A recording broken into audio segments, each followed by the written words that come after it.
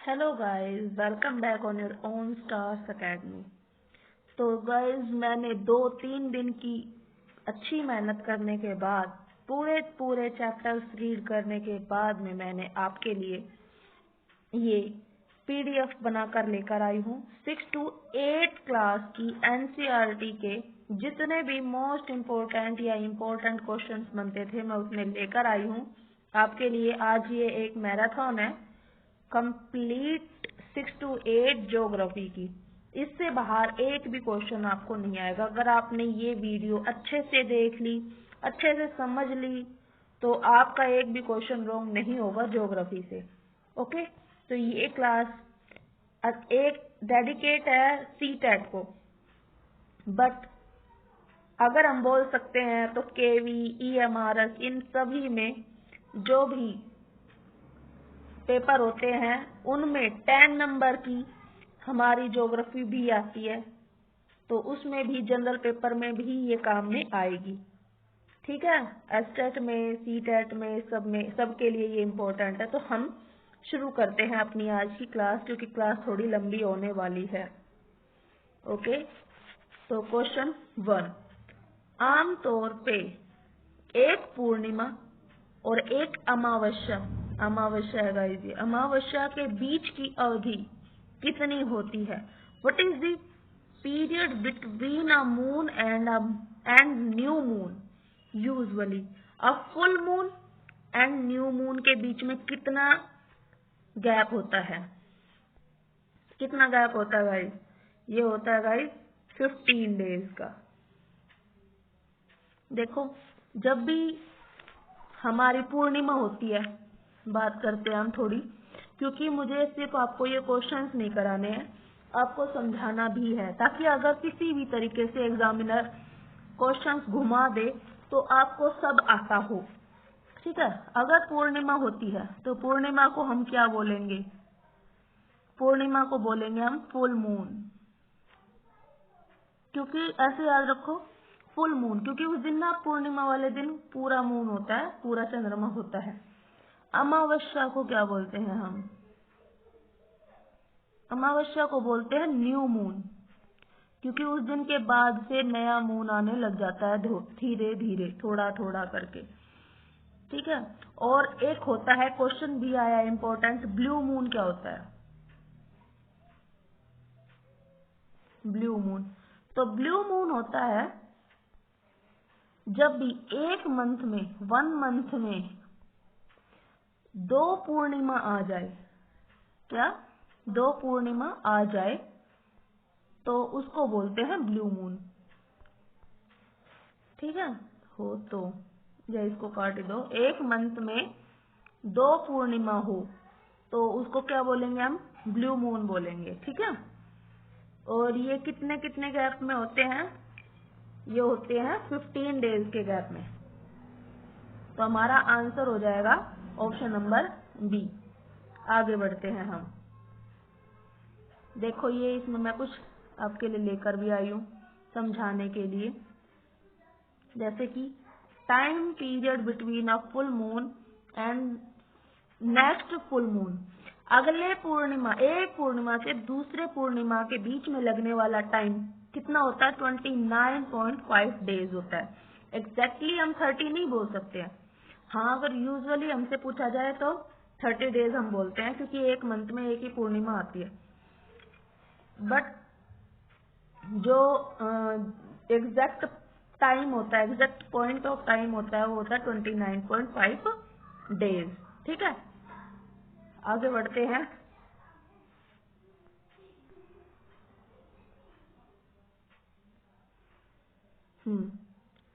सूर्य, चंद्रमा तथा वो सभी पिंड जो रात में चमकते हैं खगोलीय पिंड कहलाते हैं। ऑप्शन नंबर 2, वो खगोलीय पिंड जो गैसों से निर्मित होते हैं एवं जिनके पास अपनी ऊष्मा और प्रकाश होता है तारे कहलाते हैं। हाँ गाइस, देखिए क्या कह रहा है, sun, moon and all those bodies which shine in the night are called celestial body, those celestial bodies which are made of gases जो गैसेस से बनी होती है, and which have their own heat and light are called stars. Guys ये दोनों ही बातें बिल्कुल सही है, हमारा आंसर होगा सी। जो भी सेलेस्टियल बॉडी होती है जिनके पास में भी वो ऐसी जो रात में चमकते हैं, जो हमें दिखाई देते हैं, वो सभी सेलेस्टियल बॉडी कहलाते हैं। और सबसे हमारी जो पृथ्वी है, सबसे नजदीक का तारा कौन सा है, सबसे नजदीक का स्टार कौन सा है, सूर्य, क्योंकि वो हमें दिखाई देता है, चमकता भी है और वो तारा है और वो हमसे सबसे नजदीक है। ठीक है, तो इसका आंसर क्या होगा, सी होगा। अब थर्ड क्वेश्चन, निम्नलिखित में से कौन सा कथन सत्य है, सत्य बताना है। तारों के द्वारा आकाश में बनाई गई विभिन्न आभासी आकृतियां नक्षत्र मंडल कहलाती हैं। देखिए, the various virtual figures formed in the sky by the stars are called constellations. Okay, Saptarishi तारों का समूह अर्सा मेजर नामक नक्षत्र मंडल का ही भाग है। तो गाइस हाँ ये सही है कि नक्षत्र मंडल का ही भाग है हमारा सप्तऋषि, जिसको हम अर्सा मेजर भी कहते हैं। उसके अलग अलग नाम भी हैं, तो हमारा आंसर हो जाएगा 1 और 2 बोथ। देखो इसके बारे में, देखो ये रहा सप्तऋषि। बेटा ये मेरा थोड़ा सा फोन की स्क्रीन थोड़ी छोटी है, इसलिए ये देखिए, पर ये रहा सप्तऋषि, ये नक्षत्र मंडल का। देखो ये इसको हम क्या बोलते हैं, अर्सा मेजर को हम और किन किन नामों से जानते हैं, देखते हैं। Ursa Major is mainly known from the pattern of 7 stars. Saptarishi को बोलते हैं हम 7 स्टार्स के एक पैटर्न को बोलते हैं Ursa Major, which has been called the, देखो हम क्या क्या बोलते हैं इसको, बिग डिपर भी बोलते हैं, द वैगन भी बोलते हैं, चार्ल्स वेन भी बोलते हैं, और द प्लफ मतलब हल की शेप में भी तो होते हैं ना ये, अमंग अदर नेम्स। इनके ये इतने सारे और नेम हैं, किसके, इन सप्तऋषि की, इन सप्तऋषि जो ये है ना सप्तऋषि, ये इधर है ये जो सप्तऋषि, देखते हैं ये आगे ना इनको और भी बोला जाएगा, जैसे 7 ऋषियों के नाम से बुलाते हैं। ऐसा इतना ज्यादा डीप में नहीं पूछेंगे कि सप्तऋषि कौन कौन थे, जैसे कि ये हो गए 7 ऋषिज, इनके नेम थे वशिष्ठ, मरीचि, पुलत्या, पुलाहा, अत्रि, ये नाम थे। ठीक है, आगे बढ़ते हैं हम नेक्स्ट क्वेश्चन तक। गाइस ये आप सभी के लिए बहुत इम्पोर्टेंट होने वाली है ये क्लास, तो प्लीज अपने दोस्तों के पास में इसको जरूर से शेयर करना, और आप खुद सब्सक्राइब करना इस चैनल को, ताकि ये सबके लिए इम्पोर्टेंट हो। पेपर के एंड टाइम पर सभी मैराथन देखते हैं, तो प्लीज इसको देखना। निम्नलिखित में से कौन सा कथन सत्य है, सत्य। प्लैनेट शब्द यूनानी भाषा के प्लैनेटाई से बना है, जिसका तात्पर्य है परिभ्रमक या चारों ओर घूमने वाला। हाँ तो गाइस आगे बढ़ते हैं हम सेकंड ऑप्शन पर। ग्रहों के पास अपनी ऊष्मा तो होती है, परंतु अपना प्रकाश नहीं होता है। The word planet is derived from the Greek word planetai, which means to revolve or to move around. Second option, planets have their own heat but do not have their own light. तो guys हमारा second option wrong हो जाएगा, क्योंकि उनके पास खुद से उनकी heat भी नहीं होती है, ऊष्मा भी नहीं होती है। ये बात बिल्कुल गलत है। देखिए, और ये बात बिल्कुल सही है, हमारा ऑप्शन नंबर 1 बिल्कुल सही है कि ये ग्रीक वर्ड से आया है। ठीक है, ग्रीक वर्ड से आया। हिस्ट्री के जितने भी वर्ड हैं वो सब कौन सी भाषा से लिए गए हैं, हिस्ट्री के जितने भी वर्ड है, हिस्ट्री के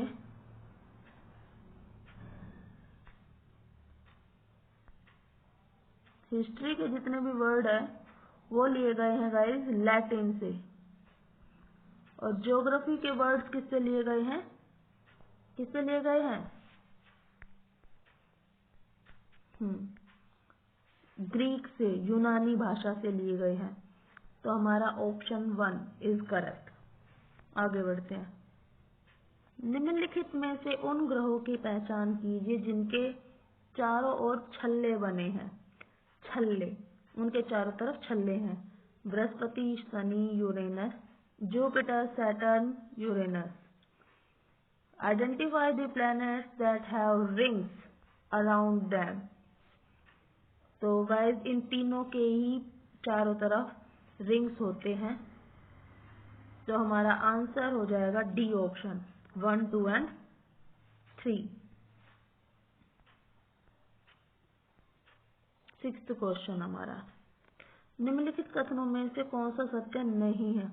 गाइस एग्जाम में ये सत्य है, सत्य नहीं है, ये नहीं कहीं पर चुक जाता है, क्योंकि एग्जाम की टेंशन ही होती है इतनी, इसलिए इस पर फोकस करना, इस नोट पर। ओके, कई बच्चे इसी के चक्कर में गलत कराते हैं, अपने 1-2 नंबर गायब हो जाते हैं उनके 1-2 नंबर। सूर्य के परिवार को सौर मंडल कहा जाता है। सही है। सौर मंडल, the family of sun is called solar system, ये तो सबको पता है।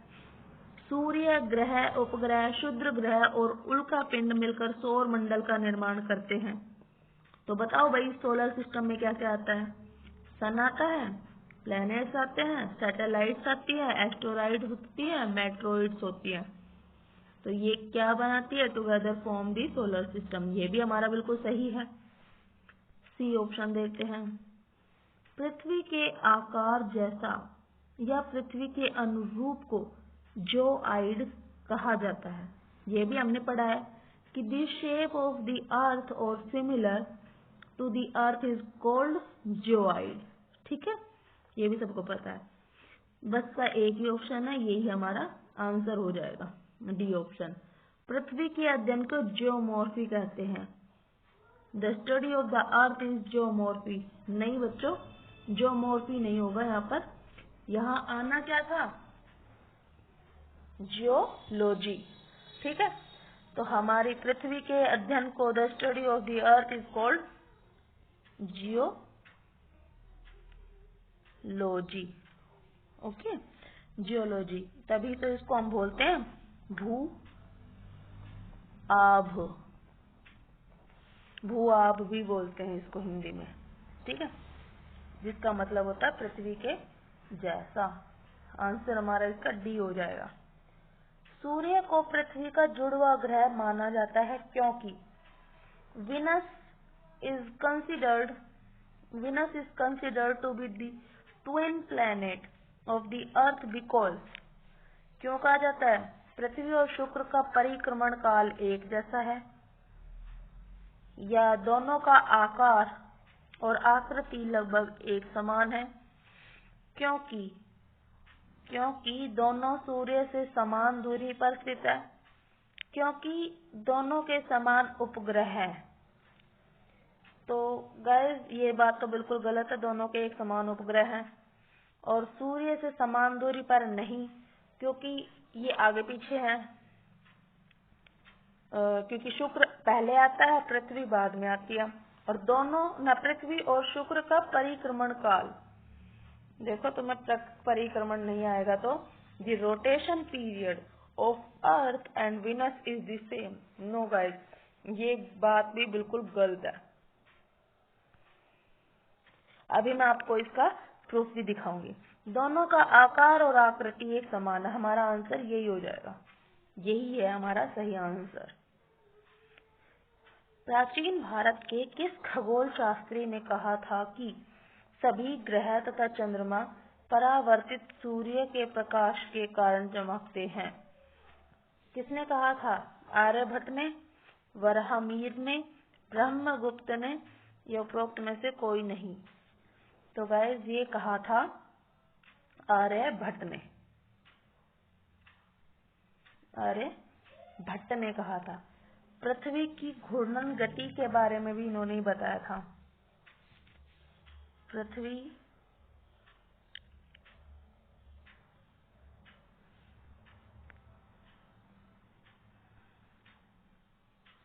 की घूर्णन गति के बारे में भी इन्होंने ही बताया था हमें, और के बारे में बताया था। और पृथ्वी सूर्य के चारों ओर चक्कर लगाती है, ये भी इन्होंने ही बताया था। ठीक है, तो हमारा आंसर ए हो जाएगा। Which astronomer of ancient India, ancient India का पूछा है कि all planets and moon shine due to reflected sunlight, तो आर्यभट्ट। आगे, पृथ्वी के विषय में निम्नलिखित कथनों पर विचार कीजिए। पृथ्वी के बारे में भाई विचार करना हमें। यह सूर्य से दूरी के क्रम में तीसरा, थर्ड है मतलब, एंड आकार के हिसाब से पांचवा सबसे बड़ा ग्रह है। यह ध्रुवों के पास थोड़ी चपटी है, जिस कारण से इसे भू आब कहा जाता है। इसका 3/4 हिस्सा पानी से ढका है, इसीलिए इसे नीला ग्रह भी कहा जाता है। हाँ गाइस, ये सही है कि ये दूरी के हिसाब से तो थर्ड है, हमारा फर्स्ट ऑप्शन राइट है, और आकार के हिसाब से पांचवा है। और ये ध्रुवों के पास थोड़ी चपटी है, जिसके कारण इसे भू आब कहा जाता है। बट ये बात बिल्कुल गलत है। अगर ये इतना ही होता कि इसे नीला ग्रह कहा जाता है, तो ये बात सच हो जाती, सत्य रहती। बट इसमें एक बोल दिया 3/4 part is covered with water. No, 3/4 नहीं आएगा गाइस। कितना आएगा? 2/3। 2/3 part is covered with water, hence it is also called the blue planet। ऐसा होता, 2/3 आएगा, 2/3 part। ठीक है, तो हमारा आंसर क्या हो जाएगा इसमें? First and second is right, is true. ठीक है, first and second are true. देखिए, ये देखो, अब ये बदलना पड़ेगा। ये देखिए, फर्स्ट, सेकंड, थर्ड, दूरी के हिसाब से तो थर्ड है, एंड आकार के हिसाब से ये फिफ्थ है, सबसे बड़ा है। ठीक है, तो ये सबको पता है। इधर ये देखिए, विनस, विनस इससे पहले आता है। आगे देखते हैं हम। ये देखिए इधर, ये आकार के अकॉर्डिंग है, आकार के अकॉर्डिंग ये फिफ्थ नंबर पे आती है। फर्स्ट नंबर पे Jupiter, Brihaspati, Saturn, Shani, Uranus, Neptune, फिर आएगी अर्थ हमारी। फिफ्थ नंबर पे आती है, किसके अकॉर्डिंग?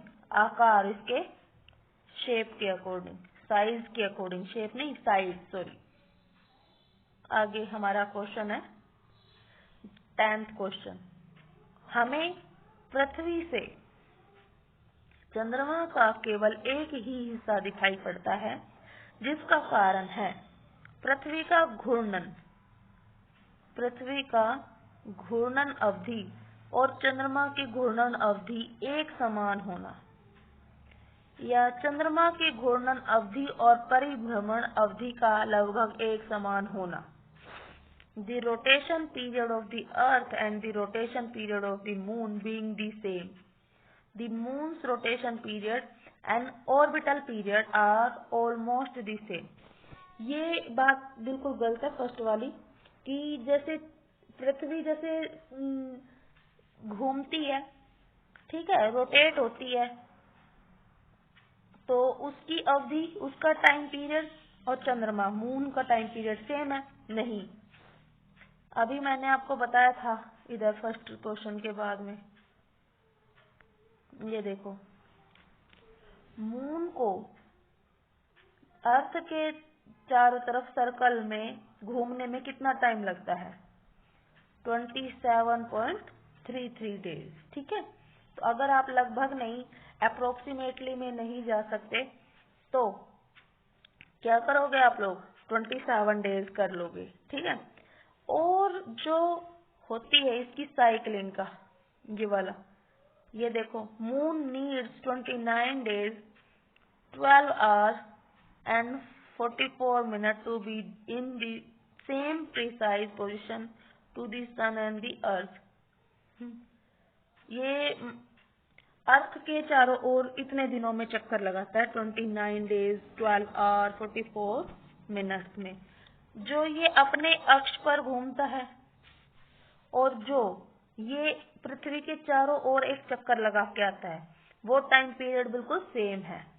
ठीक है, वो टाइम पीरियड बिल्कुल सेम है।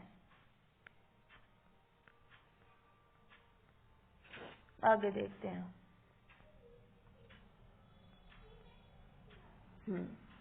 तो हमारा फर्स्ट वाला गलत हो जाएगा, सेकंड वाला सही हो जाएगा। Only 2 is true. 11th question पे आ गए।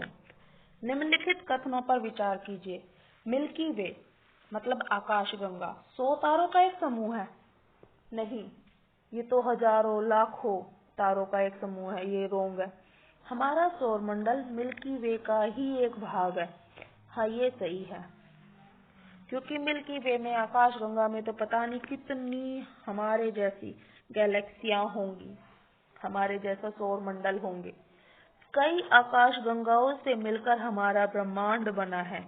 ये बात भी बिल्कुल सही है। Milky Way galaxy is a group of 100 stars. No, 100 नहीं, थाउजेंड्स, लैक्स, पता नहीं कितने हैं। Our solar system is only a part of Milky Way। सही है। The universe is made up of many galaxies। कई गैलेक्सी मिलकर एक यूनिवर्स बनाती है। तो ये बात बिल्कुल सही हो जाएगी। तो 2 and 3 हमारा सही है। B option is right. 12th question. सूर्य के, देखो, सूर्य के चारों ओर चक्कर लगाने वाले पत्थरों के छोटे टुकड़ों को क्षुद्र ग्रह कहते हैं। The small pieces of stone that revolve around the sun are called asteroids। क्षुद्र ग्रह मंगल और बृहस्पति की कक्षाओं के बीच पाए जाते हैं। हमारा ये भी सही है, हमारा ये भी सही है। Asteroids are found between the orbits of Mars and Jupiter। देखिए कैसे, मैं बताती हूँ। ये हमारी एनसीईआरटी के चैप्टर नंबर 1, इसमें से मैंने उठाया है आपके लिए। देखो, तारों, ग्रहों और उपग्रहों के अतिरिक्त असंख्य छोटे पिंड भी सूर्य के चारों ओर चक्कर लगाते हैं। इन पिंडों को क्षुद्र ग्रह कहते हैं। ये मंगल और बृहस्पति की कक्षाओं के बीच में पाए जाते हैं।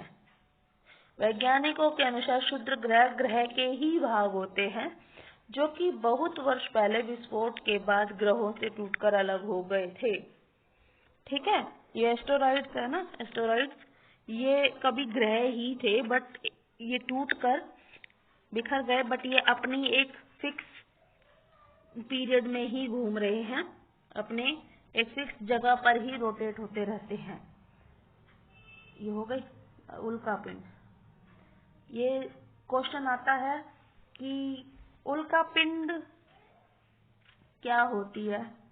जैसे कि सूर्य के चारों ओर चक्कर लगाने वाले पत्थरों के छोटे छोटे टुकड़ों को उल्का पिंड कहते हैं।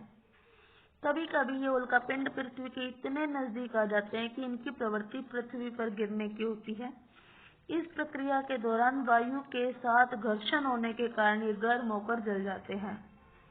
फलस्वरूप चमकदार प्रकाश उत्पन्न होता है। कभी कभी कोई उल्का पूरी तरह जले बिना पृथ्वी पर गिरती है, जिससे धरातल पर गड्ढे बन जाते हैं। तो गाइस, ये ऐसा कुछ कोई नहीं होता कि स्टार टूट गया, टूटता हुआ तारा हम विश मांग लेते हैं।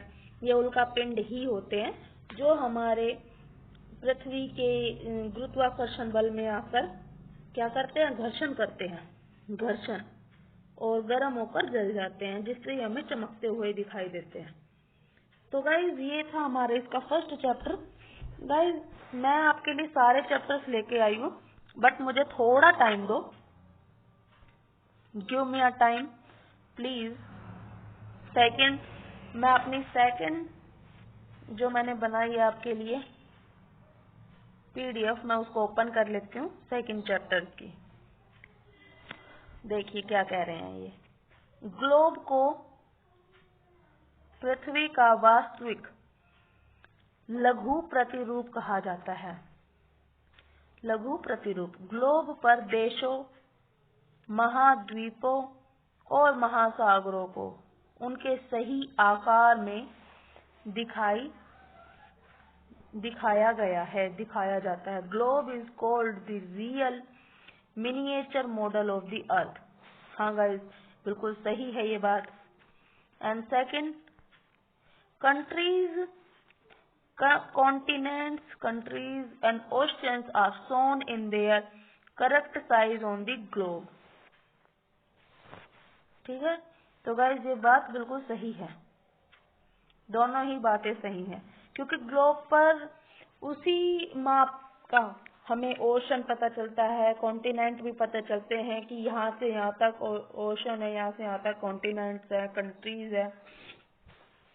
तो हमारा क्या हो जाएगा? Both statements are true.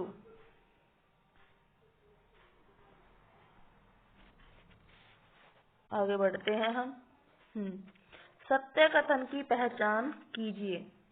पृथ्वी अपने अक्ष पर पश्चिम से पूर्व की ओर घूमती है। हाँ guys, the earth rotates on its axis from west to east. West to east में घूमती है। लाइन, ये क्वेश्चन बना हुआ है, ऐसे ही दे देंगे ये अजम्पशन एंड रीजनिंग के उसमें फॉर्म में कि पृथ्वी पूर्व से पश्चिम की ओर चक्कर लगाती है।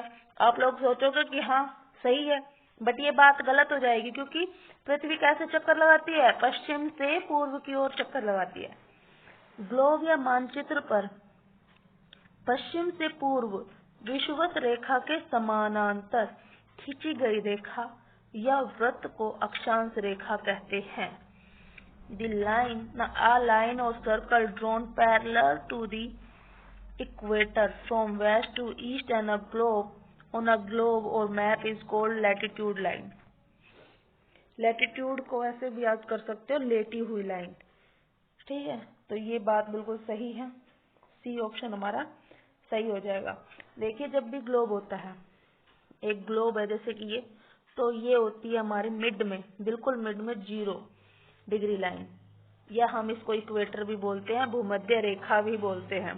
ठीक है, इसके साइड साइड में ऐसे ऐसे ऐसे ऐसे यूं लेटी हुई लाइन जो होती है वो लैटिट्यूड होती है, अक्षांश होती है। ठीक है, इसी के पैरेलल में होती है, पर सबसे लंबी कौन सी होती है? हमारी भूमध्य रेखा, हमारी इक्वेटर या हमारी 0 डिग्री लाइन होती है। आगे चले, देखिए ये आ रही है। The earth moves around its axis। Axis अपने अक्ष पर घूमती है, which is an imaginary line। जो इमेजनरी है ये सब काल्पनिक है, कोई भी इनमें से एक्चुअल में एक भी लाइन नहीं है। Another imaginary line running on the globe divided it into 2 equal parts। The line, जो मैंने अभी आपको बताया कि ये जो लाइन होती है, ये बीच वाली मीडिएटर, ये पृथ्वी को 2 पार्ट्स में डिवाइड करती है, एक इधर और एक इधर, एक नॉर्थ पोल एक साउथ पोल। ठीक है, 2 पार्ट्स में डिवाइड कर देती है ये इक्वेटर वाली line. The northern half of the earth is known the northern hemisphere. North वाला पार्ट क्या कहलाता है? Northern hemisphere. And southern half is known as southern hemisphere. They are both equal half. वो इक्वल होते हैं दोनों part, यूं नहीं कि एक छोटा एक बड़ा। All parallel circles from the equator up to the poles are called parallels of latitude। Latitudes are measured in degree। ये डिग्री में मापा जाता है। जैसे ये हो गए, फिर इसके ऊपर 5 डिग्री, फिर उसके ऊपर 10 डिग्री, उसके ऊपर 20 डिग्री, ऐसे डिग्री में नापे जाते हैं इनको। आगे चलते हैं हम। गाइस, ये मैंने आपके लिए NCERT से उठाया है, बिल्कुल रियल है और बहुत मेहनत करके बनाया है। प्लीज इसको शेयर करना एंड सब्सक्राइब करना।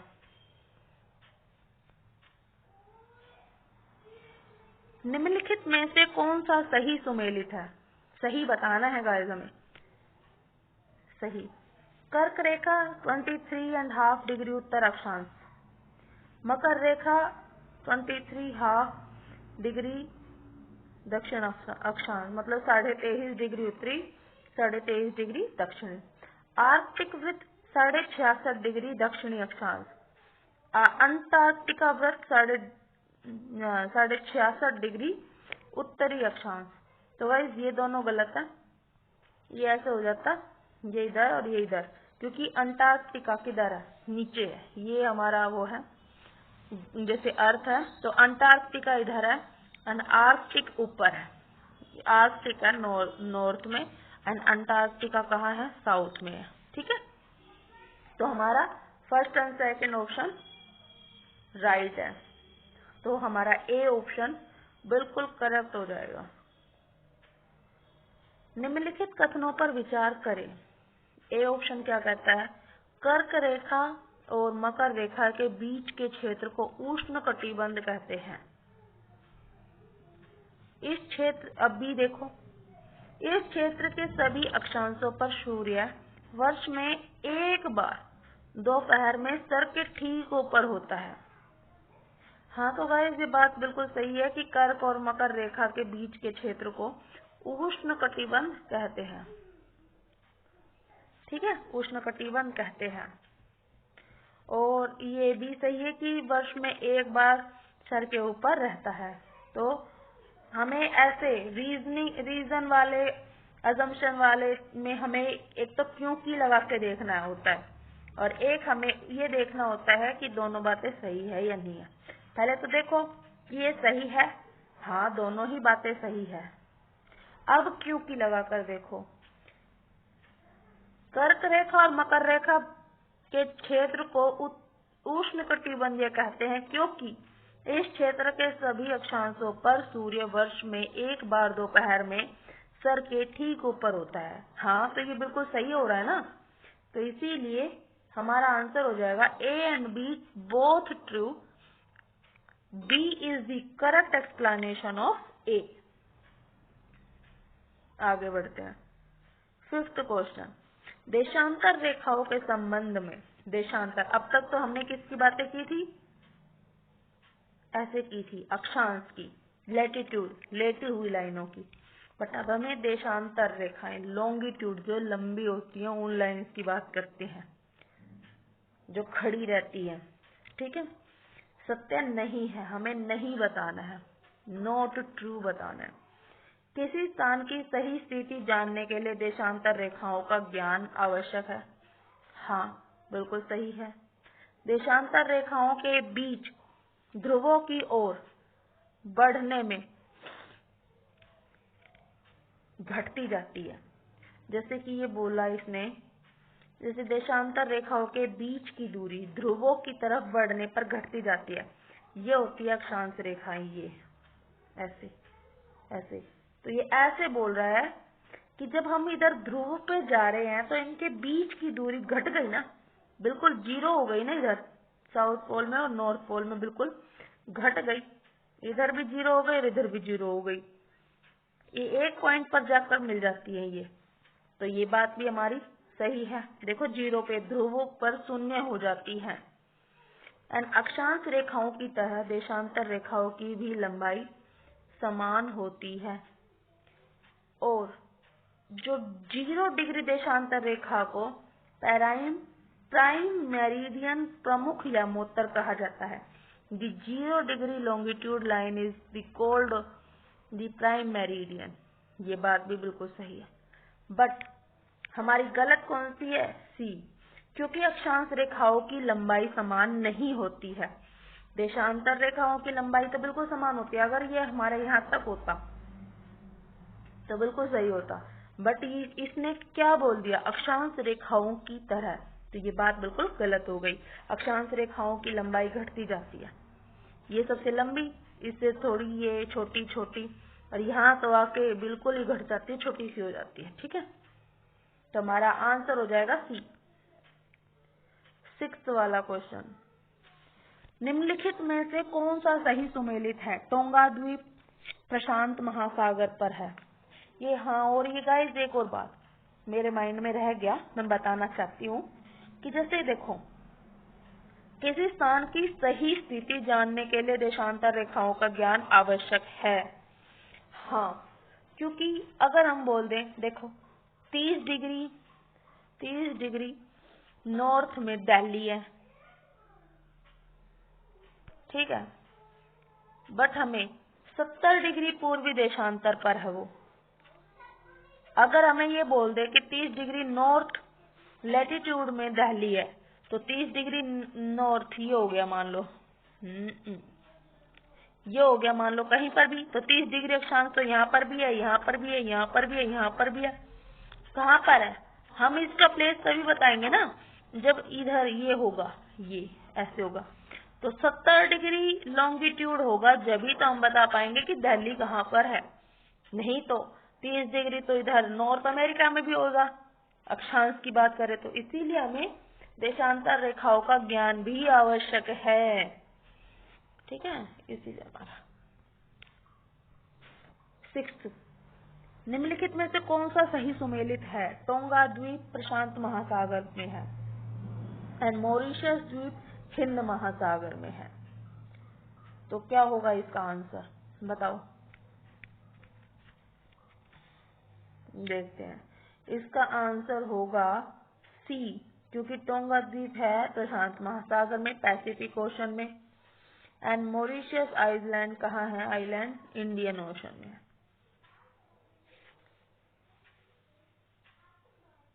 हमारा आंसर हो जाएगा 1 और 2। बिल्कुल, ये कहाँ पे है? ये है 20 डिग्री साउथ में है, साउथ में, ठीक है, 20 डिग्री साउथ में है। अब ये दोनों ही 20 डिग्री साउथ में है, तो पर है तो अलग अलग महासागर में, एक है प्रशांत महासागर में, एक है हिंद महासागर में। इसीलिए हमें लॉन्गिट्यूड लाइंस की, देशांतर की नॉलेज होनी चाहिए। अगर हमें ये नहीं होगा, हम बोल देंगे 20 डिग्री साउथ में टोंगा द्वीप भी है, मॉरिशस भी है, तो क्या हम इनको दोनों को प्रशांत महासागर में बोल सकते हैं? नहीं। इसीलिए हमें लॉन्गिट्यूड की नॉलेज भी जरूरी है। और ये देखो, यदि भारत और इंग्लैंड के बीच एक T20 क्रिकेट मैच लंदन में अपराह्न 2 बजे होता है, तो भारत में उसका प्रसारण कितने बजे आरंभ होगा? देखिए, ये होगा T20 क्रिकेट मैच, है कहाँ? दोपहर 2 बजे में। कहाँ है? इंग्लैंड में हो रहा है, लंदन में हो रहा है, तो लंदन में ही है हमारी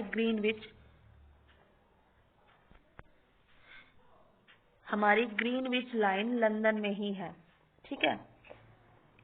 तो इसमें हम क्या करेंगे, लंदन में 0 डिग्री है, तो जब भारत में आएगा, ये हो गई जैसे लंदन, यहाँ हो गई 0 डिग्री, तो यहाँ 2 बजे होता है, तो इंडिया में हमारा टाइम है इनके टाइम से 5.5 घंटे आगे, तो 2 बजे शुरू होता है, तो 2 में 5 जोड़ देते हैं हम, तो हमारा आंसर हो जाएगा, क्योंकि इधर पूर्व में ईस्ट में चलेगा टाइम तो प्लस होता जाएगा, और अगर वेस्ट में चलेगा टाइम तो माइनस हो जाएगा, ठीक है। ये तो सबको पता होगा, क्योंकि मैं आशा करती हूँ एग्जाम टाइम में अब आपको इतना तो पता ही होगा। देखिए, ऊर्ध्वाधर पंक्तियां संख्याओं के साथ क्षैतिज पंक्तियां अक्षरों के साथ दर्शाई गई हैं। ऊर्ध्वाधर रेखाएं पूर्वी देशांतर और क्षैतिज रेखाएं, ये ऐसे नहीं समझ में आएगा आपको, इंग्लिश में पढ़ती हूँ। वर्टिकल रोज विद नंबर्स, ये जो है खड़ी वाली लाइन, ये वर्टिकल रो है, एंड हॉरिजॉन्टल लेटी हुई लेटर्स के साथ। Vertical lines represent east longitude, ये ईस्ट की तरफ दिखाती है ये लाइंस, ठीक है। एंड हॉरिजॉन्टल मतलब ये वाली लाइन ईस्ट की तरफ, और ये वेस्ट की तरफ दिखाती है, नॉर्थ लैटिट्यूड की। तो हमें ई बताना है, ई हमारा यहाँ है, ये ई, ये बताना है हमें ई। तो ये किसको दिखाता है हमें? ये दिखाएगा ऊपर क्या है 4 है 4 और इधर क्या है B है, तो ये दिखाएगा B latitude and 4E longitude. देखिए B है इधर B और इधर है क्या 4 है, तो 4 वाली लाइन पर है। सिंपल सा है ये गाइस, ये आया था 2014 का क्वेश्चन है, 2014 CTET का क्वेश्चन है ये, ठीक है। ये मैंने वहां से उठाया है, बट अब आज के टाइम पे इतना इजी तो नहीं आता है, बट फिर भी एक बार देख लेना। क्वेश्चन आया हुआ था इसलिए मैंने आपको करवा दिया। उन 2 ग्रहों की पहचान कीजिए जो दक्षिणावर्त दिशा में घूमते हैं, दक्षिण में जो घूमते हैं, दक्षिण की तरफ से जो घूमते हैं। बुध, शुक्र, शुक्र पृथ्वी, शुक्र यूरेनस, यूरेनस जुपिटर। तो क्या होता है गाइस, क्या होगा, सॉरी ये होता है शुक्र and Uranus, Venus and Uranus, ठीक है। ये तो अच्छा गाइस, हमारे ये यहाँ पर 6th क्लास के 2 चैप्टर्स हमने कर लिए हैं, ठीक है। आगे थोड़ा टाइम दो हमें, मुझे थोड़ा टाइम दो, मैं आगे के क्वेश्चंस कराती हूँ। PDF ओपन कर लेने दो।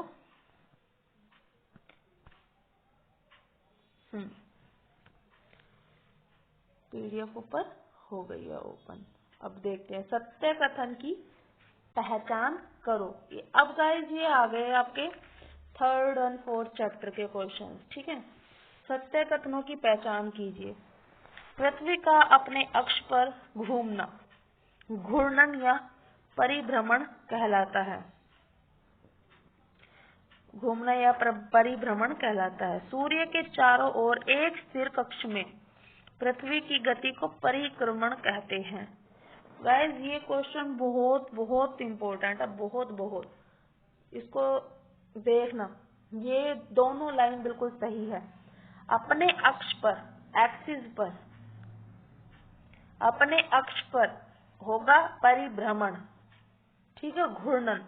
एंड अपने कक्ष में, अपनी कक्षा में घूमना, वो क्या कहलाता है, परिक्रमण कहलाता है, ठीक है। तो ये हमारा हो जाएगा C, बिल्कुल सही हो जाएगा। ये यहाँ पे लेके भी आई थी मैं, पर ये कटा हुआ है, ये रहा। पृथ्वी की जो एक काल्पनिक रेखा है, अपनी पृथ्वी की दूरी जो एक काल्पनिक रेखा है अपने कक्षीय तल से 66.5 डिग्री का कोण बनाती है। हाँ, और ग्लोब पर दिन और रात को अलग करने वाले वृत्त को प्रदीप्ति वृत्त कहते हैं। ये बात बिल्कुल सही है। दिन को रात से अलग करने वाले को क्या कहते हैं, प्रदीप्ति वृत्त कहते हैं। ये देखिए ये आ गया। अपने अक्ष पर झुकी होना 66.5 डिग्री, ठीक है। नॉर्थ पोल ये ऐसे हो गया 66.5 डिग्री, ठीक है। घूम, ये हमारी अर्थ है, पर ये ऐसे ऐसे हमारा ये बनाती है, और 23.5 डिग्री ये अपने कक्ष पर झुकी हुई है, ठीक है।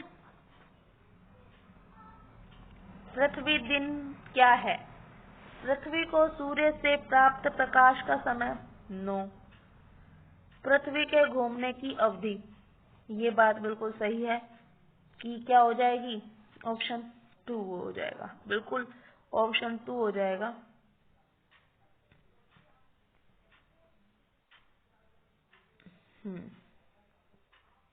आर्यभट्ट के बारे में निम्नलिखित कथनों पर विचार कीजिए।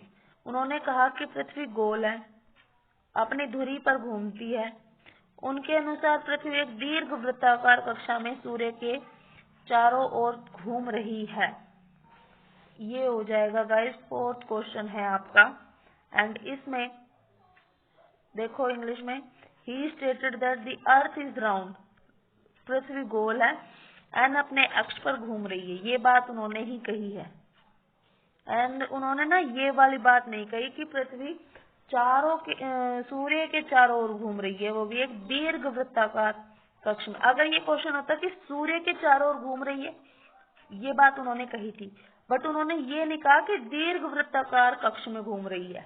ठीक है, तो इसमें हमारा आंसर हो जाएगा ओनली स्टेटमेंट 1 इज ट्रू। आगे बढ़ते हैं हम। सत्य बताना है हमें, सत्य कथन। 21 जून को सूर्य की किरणें कर्क रेखा पर सीधी पड़ती है। हाँ, देखते हैं। पृथ्वी की इस अवस्था को उत्तरी अयनांत कहते हैं। On 21st June, the rays of the sun fall directly on the Tropic of Cancer। इसका देखिए मैं लेके आई हूँ आपके लिए। 21 जून, ये रहा, 21 जून को कर्क रेखा पर सीधी लाइन पड़ती है। ये बात हमारी बिल्कुल सही हो गई है। एंड समर सोलिस्टेंस, इसको समर सोलिस्टिस भी बोलते हैं। ये बात रही हमारी, आपकी एनसीईआरटी में ही है ये बातें, तो ये हमारा दोनों बातें बिल्कुल सही हो जाएगी। C option will be correct.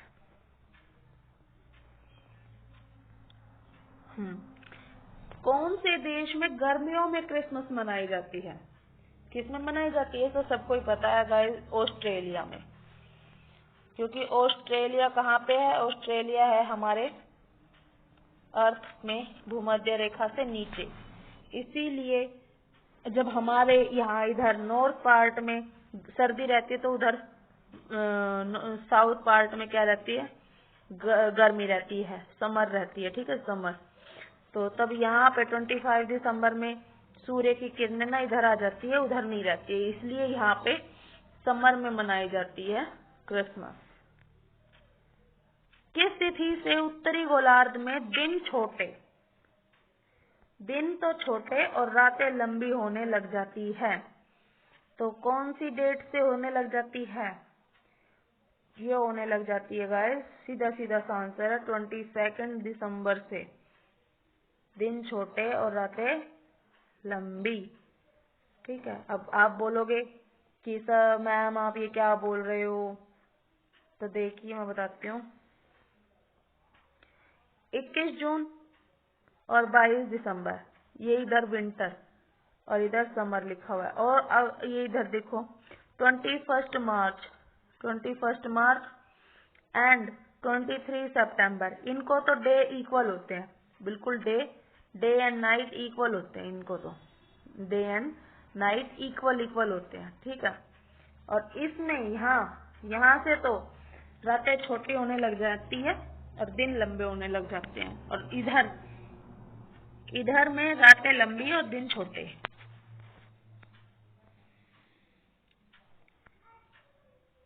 हाँ, ग्लोब पर वह वृत्त जो दिन और रात को विभाजित करता है उसे प्रदीप्ति, ये गाइस मैंने कल भी बताया था, ये बात बिल्कुल सही है। एंड पृथ्वी के घूर्णन काल को पृथ्वी दिन कहते हैं। जब पृथ्वी घूमती है तो उसको पृथ्वी डे कहते हैं। बिल्कुल सही है। पृथ्वी का जो रोटेशन पीरियड होता है उसको ही अर्थ डे कहते हैं। अर्थ डे मतलब 365 डेज। एक साल में एक चक्कर अपना पूरा करती है, तो रोटेट करती है, इसी को बोलते हैं अर्थ डे। निम्न में से मानचित्र का घटक नहीं है। ये गाइस आपका किसका क्वेश्चन भी हो गया? ये क्वेश्चन है आपका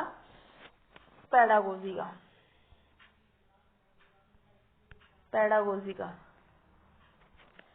दूरी होती है मानचित्र में, हाँ।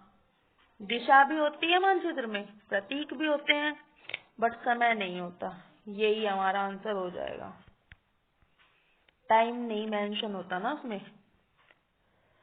मानचित्र के हिस्सा बताने हैं। पर्वत होते हैं, पठार, नदियां, महासागर, तो हमारे सभी हो जाएंगे ऑप्शन डी। ये गाइस आसान है, इसीलिए मैं स्पीडली करा गई। जब हम पूरी पृथ्वी का अध्ययन करते हैं तो ऐसी स्थिति में ग्लोब का प्रयोग काफी उपयोगी होता है। हाँ, जब हमें ये देखना होता है पूरी पृथ्वी, इधर ये वाला ओशन है, इधर ये वाला ये एंडीज है, ये अटलांटिक महासागर है, ये भूमध्य सागर है, ये भूमध्य रेखा है। तो इसके लिए हमें क्या यूज करते हैं? ग्लोब। मानचित्रों से हमें एक ग्लोब की अपेक्षा ज्यादा जानकारी प्राप्त होती है। हाँ गाइस, ये भी सही है बात, बिल्कुल। मानचित्र में एक एक चीज फोकस करके बताई जाती है कि ये इतनी दूरी में है, ये ऐसे है, ये ऐसे है। पर ओवरऑल अगर हम पूरी पृथ्वी का अध्ययन करेंगे तो ग्लोब ही सही रहेगा। तो हमारा सी ऑप्शन बिल्कुल करेक्ट हो जाएगा। देखिए ये जो फोर्थ चैप्टर है ना आपका, इसका एनसीईआरटी का, ये आपके पेडागोजी में बहुत हेल्प करता है, बहुत ज्यादा। इसी से पेडागोजी के कई क्वेश्चन उठ जाते हैं, जो मैंने उठाए हुए भी हैं और जो एग्जाम में आए हुए भी हैं। जो मानचित्र विशिष्ट जानकारी पर केंद्रित होते हैं उन्हें थीमेटिक मैप्स कहते हैं, और पैमाना जमीन पर वास्तविक दूरी और मैप पर दिखाई गई दूरी के बीच का अनुपात होता है। तो दोनों ही बातें हमारी सही हो जाएंगी, सी 1 और 2। ये देखिएगा, ये वाला क्वेश्चन आया था आपके अगस्त 2023 में आया था। ये वाला क्वेश्चन यू का यू मैंने उठाया आपके लिए PYQ से। दिए गए चित्र में विकास, ये क्वेश्चन है नहीं कुछ भी, बस ये बच्चे ना मैप देखकर डर जाएंगे कि ये क्या है क्या नहीं है। घर से खेल के मैदान की स्थिति क्या होगी? विकास की। अब हमें देखना होगा, इसमें विकास का घर ढूंढना होगा पहले। गाइस, आपको अगर दिखाई भी नहीं देता है तो कोई बात नहीं, मैं बता देती हूँ। ये विकास का घर है और इधर है खेल का मैदान, ये खेल का मैदान। तो क्या है खेल के मैदान के ऊपर? क्या लिखा हुआ है? बी लिखा हुआ है ना, तो ये हमारा आंसर हो जाएगा। गाइस, मैंने वो पेपर दिया था और मेरे बहुत अच्छे नंबर भी आए थे। एसएस में मेरे 41 नंबर आए थे और बहुत अच्छा पेपर भी बना हुआ था अगस्त का, तो अच्छे से करना। तो गाइज, ये चैप्टर 3rd और 4th आपके फिनिश होते हैं इसके 6th क्लास के, ठीक है। तो ये देखना मैं आपको इनके लिए ना कुछ छोटी मोटी और मैं बता देती हूँ मैप के बारे में ही, ठीक है। जैसे कि इस क्वेश्चन में बताती हूँ आपको, मैं यहाँ पे ही बता देती हूँ, यहाँ पे स्पेस भी है। देखिए, मैप होते हैं, मैप 3 टाइप्स के होते हैं। There are 3 types of maps. एक होते हैं पॉलिटिकल, एक होते हैं फिजिकल, एक होते हैं पॉलिटिकल और एक होते हैं थीमेटिक। फिजिकल तो आपको पता है सब, ये सब चीजें, माउंटेन्स, रिवर्स, ओशंस, ये फिजिकल में पता चलेंगे। पॉलिटिकल्स में क्या होंगे आपको? सिटीज एंड टाउन्स पता चलेंगे कि उनकी कहाँ से कहाँ तक है। थीमेटिक में जब आप किसी खास इंफॉर्मेशन, जैसे कि रोड्स का डिस्ट्रीब्यूशन, ये इधर से रोड जा रहा है, उधर से आ रहा है, ये इधर पर्टिकुलर प्लेस में फॉरेस्ट है, इधर पर्टिकुलर प्लेस में इधर ये रिवर, ये वाली रिवर है। किसी खास इंफॉर्मेशन, जैसे हमें अगर रोड की इंफॉर्मेशन लेनी है तो रोड का अलग से एक मैप आएगा, थीमेटिक मैप होते हैं वो, ठीक है। तो इनको बोलते हैं थीमेटिक मैप्स। जैसे कि अभी आपका जो क्वेश्चन आया था, ये थीमेटिक मैप्स, ये किसी खास विशिष्ट जानकारी के लिए होते हैं थीमेटिक मैप्स। इन मैप्स के ऊपर भी ये क्वेश्चन आता है गाइस, ठीक है।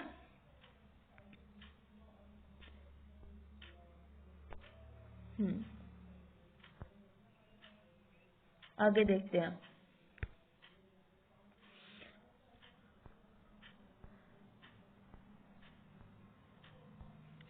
मैंने बहुत मेहनत करके इतनी सारी PDF बनाई, क्योंकि मेरे पास में स्पेस नहीं होता है गाइस, फोन में इतना स्पेस नहीं है कि मैं एक ही PDF बना दूं।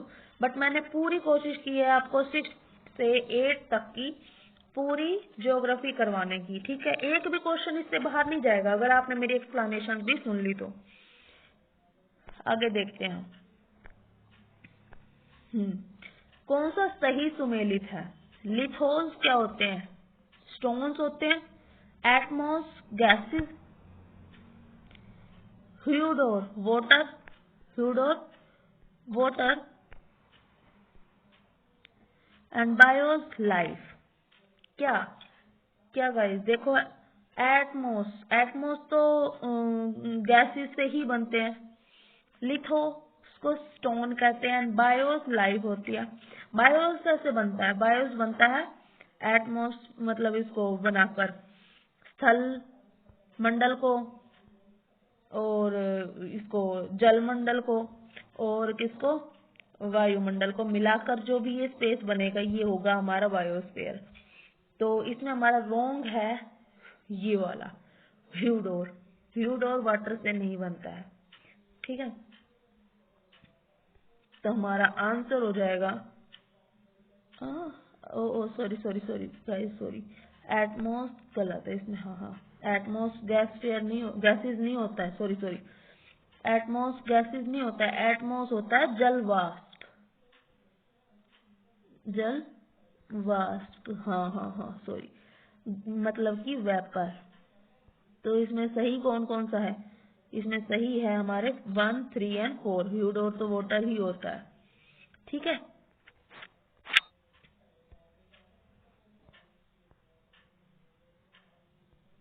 देखिए ये इसमें बताया भी है, मैं आपके लिए लेके आई हूँ ग्रीक लैंग्वेज में, ग्रीक लैंग्वेज मैंने आपको बताया ज्योग्राफी में ग्रीक लैंग्वेज ही होती है। Lithos meaning stone, atmos meaning vapour, hudor meaning water, ठीक है, एंड बायोस मीनिंग लाइफ। ये चारों याद रखना, मैचिंग में भी दे देंगे आपको। सेकंड, पृथ्वी की सतह के दो मुख्य भाग है, महाद्वीप और महासागरीय घाटियां, ठीक। महाद्वीपों और महासागरों की एक दूसरे से पृथक अपनी स्वतंत्र सीमा है। अगर आप इसको गलत पढ़ रहे हैं तो वो आपकी फॉल्ट है। देखिए महाद्वीपों की तो चलो ठीक है कि भाई अलग अलग महाद्वीप है, बट महासागरों की एक दूसरे से कैसे पृथक है? वो तो मिले हुए हैं। क्या अटलांटिक का पानी थोड़ा बहुत भी इधर इंडियन वाले में नहीं आ पाता होगा, है? या पैसिफिक में नहीं आता होगा? तो ये हमारा सेकंड गलत हो जाएगा, हमारा फर्स्ट सही हो जाएगा, ठीक। कौन सा कथन सत्य है? समुद्री जल का स्तर हर जगह समान होता है। गाइस हम हमेशा 0 से ही मान के चलते हैं, चाहे कुछ भी हो, बट हम 0 मानते हैं समुद्री जल का स्तर। इसको लेवल, सी लेवल हम क्या मान के चलते हैं? 0। भूमि की ऊंचाई समुद्र के स्तर से मापी जाती है जिसे शून्य माना जाता है, ठीक है। तो गाइस हाँ ये भी बात सही है। देखो अब इसमें बता ही दिया कि समुद्र के स्तर से मापी जाती है जिसे शून्य माना जाता है, इसी से ही पता चल गया क्योंकि समुद्र का स्तर शून्य माना जाता है। तो 1 और 2 हमारा बिल्कुल सही हो जाएगा, C option will be correct. कर्क रेखा निम्नलिखित में से किन महाद्वीपों से होकर गुजरती है? कर्क रेखा उत्तरी अमेरिका, यूरोप, अफ्रीका, एशिया, कहाँ कहाँ से होकर गुजरती है गाइस? बताइए आप, देखिए सोचिए, चलो। बट ये होकर गुजरती है गाइस यहाँ से, देख उत्तरी अमेरिका से, अफ्रीका से, एशिया से। मैं ऐसा क्यों बोल सकती हूँ? ऐसा बोल सकती हूँ इसलिए क्योंकि मैंने आपके लिए पढ़ाई की है, मेहनत की है, क्वेश्चंस बनाए हैं। तो क्वेश्चंस ऐसे ही नहीं बनते, पहले पढ़ना होता है, समझना होता है। देखिए ये हो गया हमारा नॉर्थ अमेरिका मतलब उत्तरी अमेरिका, तो ये हो गई हमारी कर्क रेखा, ये वाली इसमें से जा रही है। ये हो गया हमारा अफ्रीका एंड ये हो गया एशिया। यूरोप ये रहा, यूरोप से जा रही है क्या? ये नहीं जा रही ना।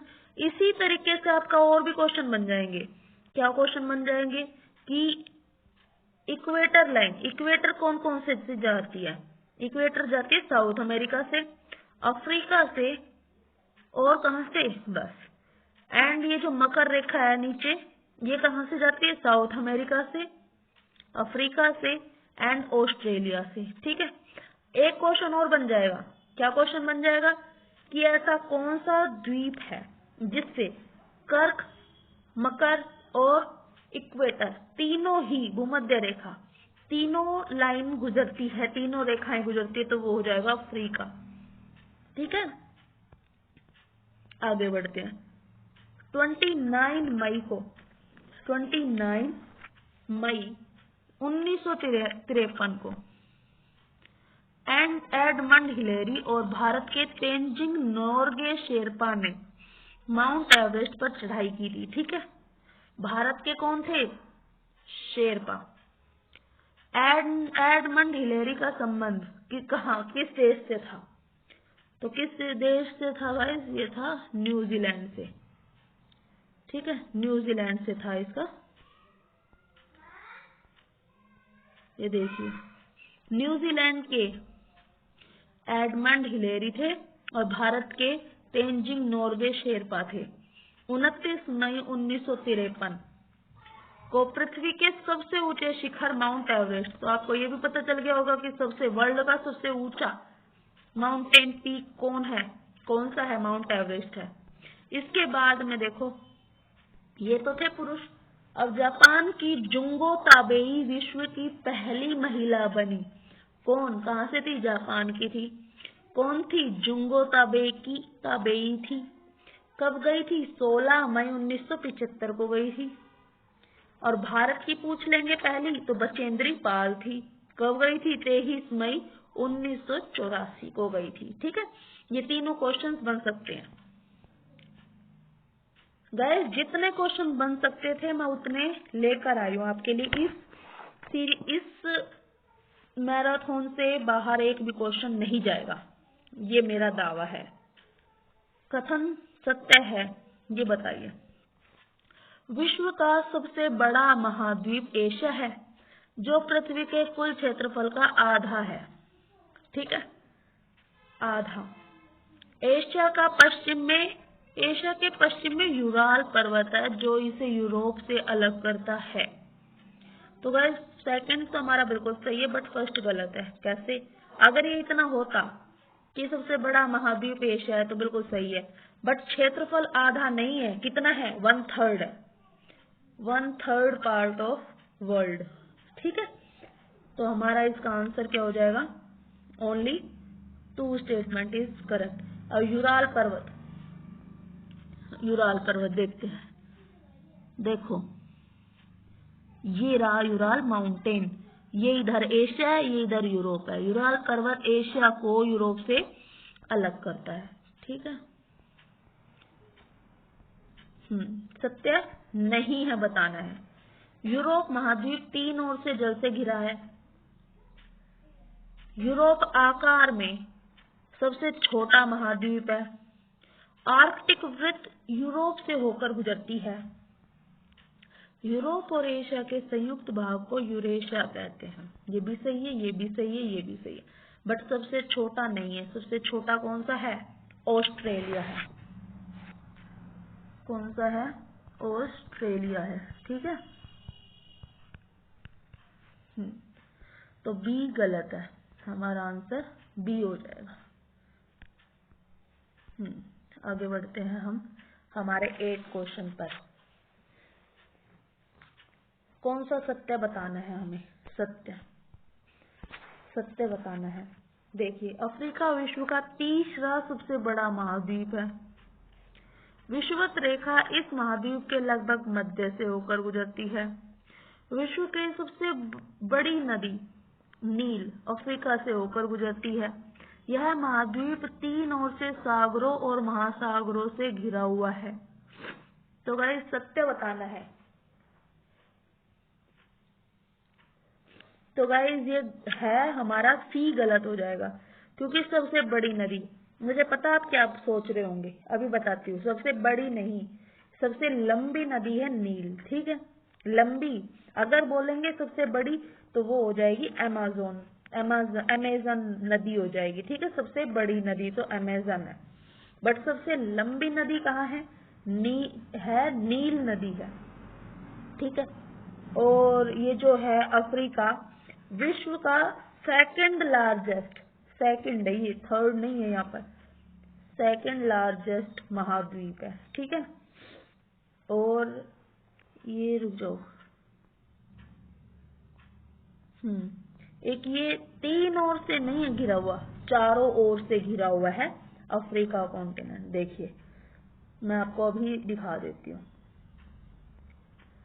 ये देखिए ये अफ्रीका कॉन्टिनेंट है। इधर अटलांटिक ओशन, अटलांटिक, इधर इंडियन, इधर ये साउदर्न ओशन, ठीक है। और ये इधर भी एक ये सी है, मेडिटेरियन सी है, इधर ये मेडिटेरियन सी है, ठीक है।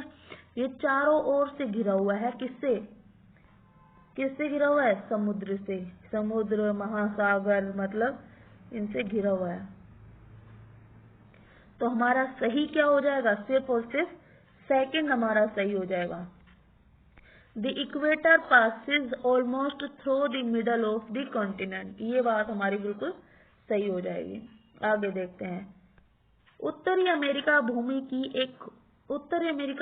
एक बहुत संकीर्ण पट्टी द्वारा दक्षिण अमेरिका से जुड़ा हुआ है, जिसे पनामा का तल डमरू मध्य कहा जाता है। मतलब ये उत्तरी अमेरिका है, इधर ये दक्षिणी अमेरिका है, बट ये एक पतली सी पट्टी से जुड़ा हुआ है, जिसे पनामा का स्थल डमरू मध्य कहते हैं। क्या बोलते हैं? इस्थमस बोलते हैं पनामा का, इस्थमस। जब भी कोई कॉन्टिनेंट, दो कॉन्टिनेंट स्थल मतलब कि लैंड के थ्रू जुड़ा होता है तो उसको बोलते हैं इस्थमस, ठीक है, इस्थमस बोलते हैं उसको। और यह महाद्वीप पूरी तरह से उत्तरी और पश्चिमी गोलार्ध में स्थित है। तो वह दोनों ही बातें हमारी बिल्कुल सत्य है। ये आप यूं मत सोचना कि मैं ऐसे स्टेटमेंट लेके आई हूँ जिनके ज्यादा से ज्यादा सी आते हैं, ऑप्शन दोनों बोस। ये मैं इसलिए बनाकर लेके आई हूँ इस तरीके का क्वेश्चन, ताकि आपको ज्यादा से ज्यादा बातें आपकी क्लियर हो जाए। जितनी बातें आपको ज्यादा क्लियर होंगी, जितनी बातें आपको ज्यादा पता होंगी, आपके लिए एग्जाम में क्वेश्चंस करने आसान हो जाएंगे, इजी पड़ जाएंगे, ठीक है। ये देखिए ये रहा, ये आपके एनसीईआरटी के ही है। ये देखो नॉर्थ अमेरिका है, इधर साउथ अमेरिका है। ये इस पतली सी हिस्से से जुड़ी हुई है जिसको बोलते हैं इस्थमस।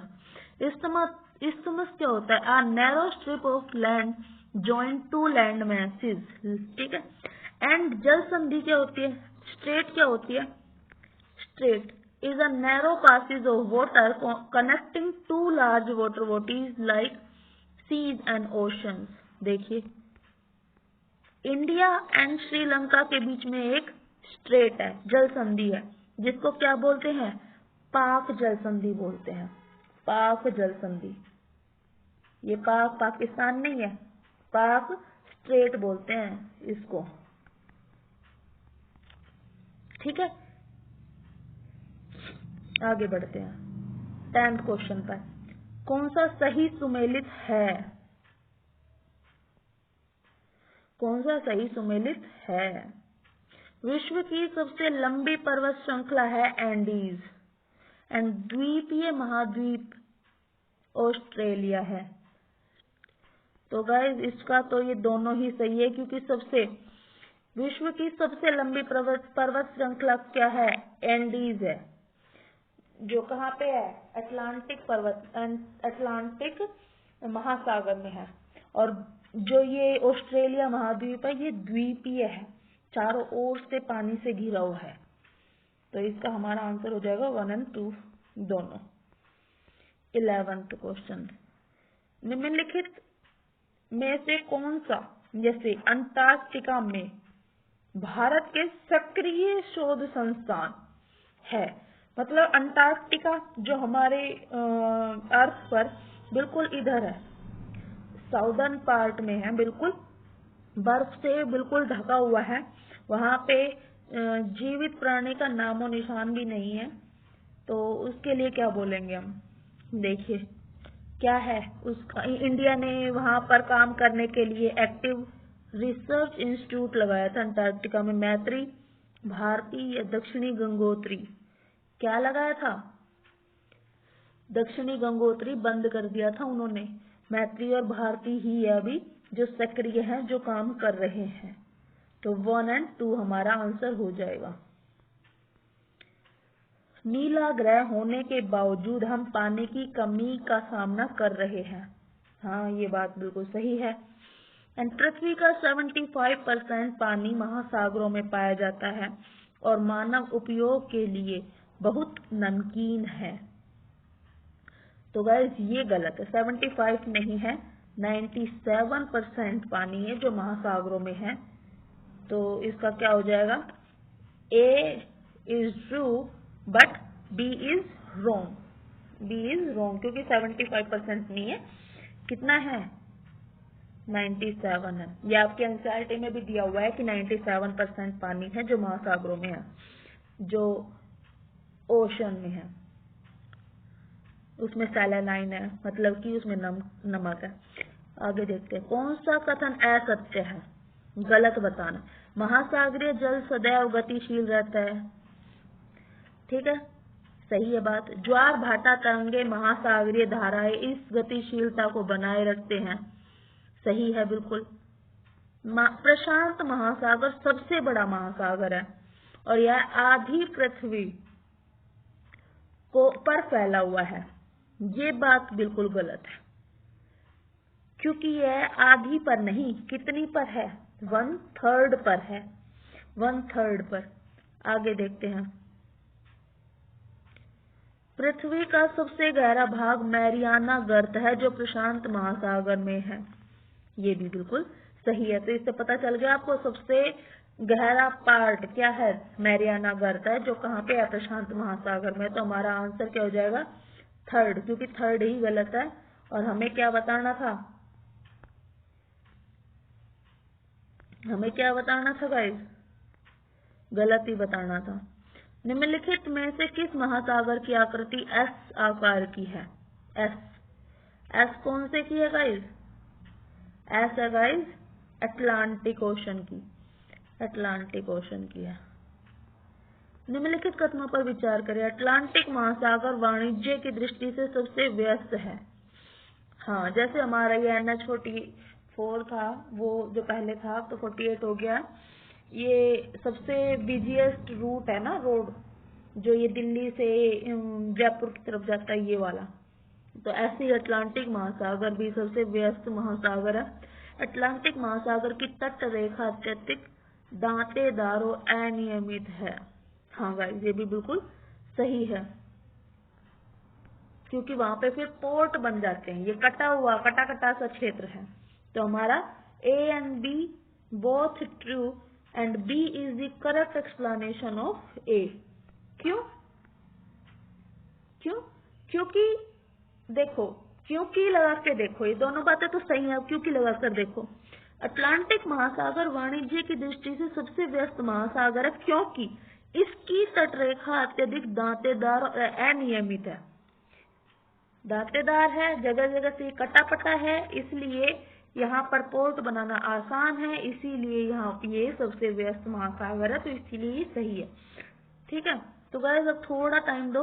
अब हमारी 6th क्लास की NCERT फिनिश हो चुकी है, हम 7th क्लास में आ गए हैं। और ये देखिए इतनी सारी बस्ती हैं। वैसे गाइस मैं 2 पार्ट्स में करवा दूंगी आपको, तो सही रहेगा।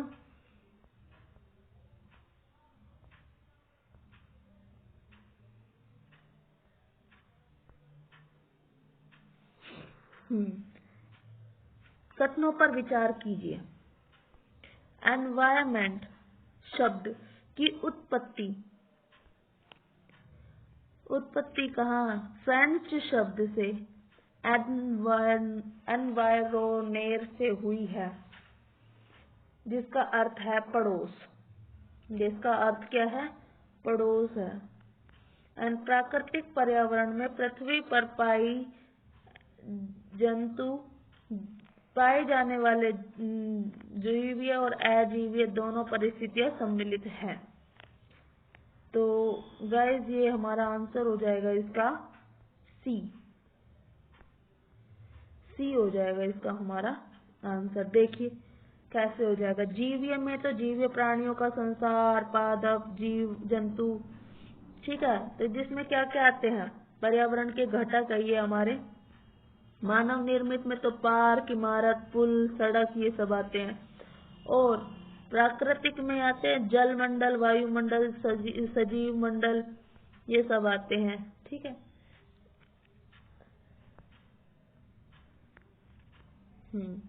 निम्नलिखित कथनों पर विचार कीजिए। वायुमंडल सूर्य की झुलसाने वाली गर्मी एवं हानिकारक किरणों से हमारी रक्षा करता है।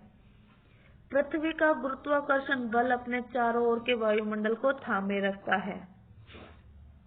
अपने झुलसाने वाली गर्मी एवं हानिकारक किरणों से हमारी रक्षा करता है, तो हमारा ये तो कथन सही हो गया। एंड पृथ्वी का गुरुत्वाकर्षण बल अपने चारों ओर के वायुमंडल को थामे रखता है। गाइस ये बात दोनों ही सही है एंड हमारा ऑप्शन भी क्या हो जाएगा, A and B both true and B is the reason of A. देखिए हमारे वायुमंडल में कितना है, 21% तो क्या है, ऑक्सीजन है। कार्बन डाइऑक्साइड कितनी है, 0.03 है। ये सब आप ध्यान करना। नाइट्रोजन है 78%। निम्नलिखित कथनों में से कौन सा सत्य है? जीवधारियों का आपसी एवं अपने आसपास के पर्यावरण के बीच का संबंध ही पारितंत्र का निर्माण करता है। एंड पारितंत्र का निर्माण बड़ी पर्यावरणीय इकाइयों जैसे नदी, सागर, मरुस्थल, वन इत्यादि में ही संभव है। तो गाइस ये बात बिल्कुल गलत है कि क्यों बड़ी में, क्यों छोटी में भी तो हो सकता है। छोटे छोटे इधर ये झीलों में भी तो पारितंत्र का निर्माण हो सकता है, इकोसिस्टम का निर्माण हो सकता है। तो गाइस इसका फर्स्ट हमारा बिल्कुल सही होगा, ओनली 1। विचार कीजिए। मानव अपने पर्यावरण के साथ पारस्परिक क्रिया करता है और उसमें अपनी आवश्यकता के अनुसार परिवर्तन करता है। गाइस बिल्कुल सही है ये बात। तो वस्तु विनिमय पद्धति में धन के प्रयोग से वस्तुओं की अदला बदली की जाती है, गलत। जब वस्तु विनिमय पद्धति हो गई, बार्टर सिस्टम हो गया, तो उसमें धन की आवश्यकता ही नहीं है। उसमें तो वस्तु के बदले में ही तो वस्तु ली जाएगी। तो हमारा स्टेटमेंट 1 इज ट्रू। पृथ्वी की सबसे ऊपरी परत भूपर्पटी कहलाती है, जिसकी मोटाई सबसे अधिक है। महासागरीय सतह की मोटाई महाद्वीपीय सतह से अधिक होती है। गाइस ये गलत है, ये भी गलत है और ये भी गलत है। क्यों? सबसे ऊपरी परत भूपर्पटी तो कहलाती है, यहाँ तक तो बिल्कुल सही है, बट इसकी मोटाई सबसे अधिक नहीं होती है, सबसे कम होती है, और ये भी गलत है। तो हमारा आंसर हो जाएगा D, both statements are wrong.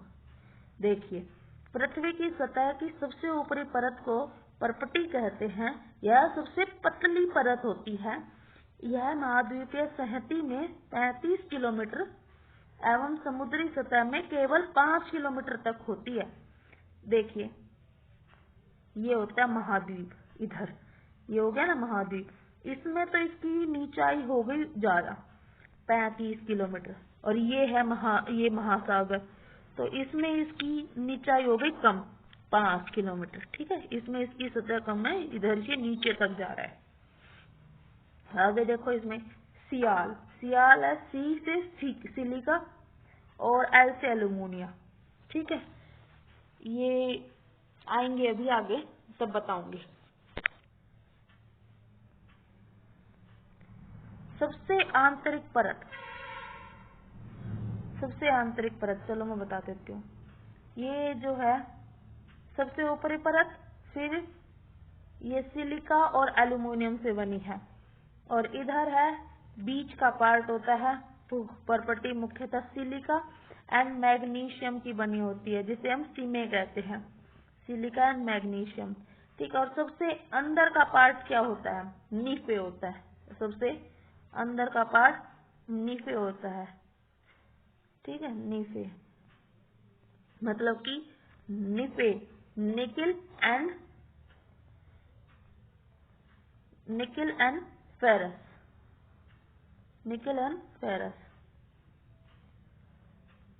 Inner most part होता है ये। पृथ्वी, सत्य बताना, सत्य भाई सत्य। इनको इग्नोर नहीं कर सकते हैं, सत्य बताना। पृथ्वी की परपटी बनाने वाले खनिज पदार्थ के किसी भी प्राकृतिक पिंड को शैल कहते हैं। ठीक है, ये तो सही है। शैलों का एक विशेष रंग, आकार एवं गठन होता है। शैलों का नहीं होता है, खनिज बोल देते तो उनका एक अलग, जैसे कि शैलों का तो अलग अलग रंग होता है, खनिजों का होता है एक स्पेशल रंग। ठीक है, जैसे बेसाल्ट होता है या जैसे कि स्लेट होती है, उनका काला रंग होता है। ठीक है, मुख्य रूप से शैल 3 प्रकार के होते हैं। हाँ, ये सही है। तो क्या हो जाएगा हमारा आंसर? हमारा आंसर हो जाएगा 1 और 3। कौन सा सत्य है? द्रवित लावा पृथ्वी की सतह पर आता है।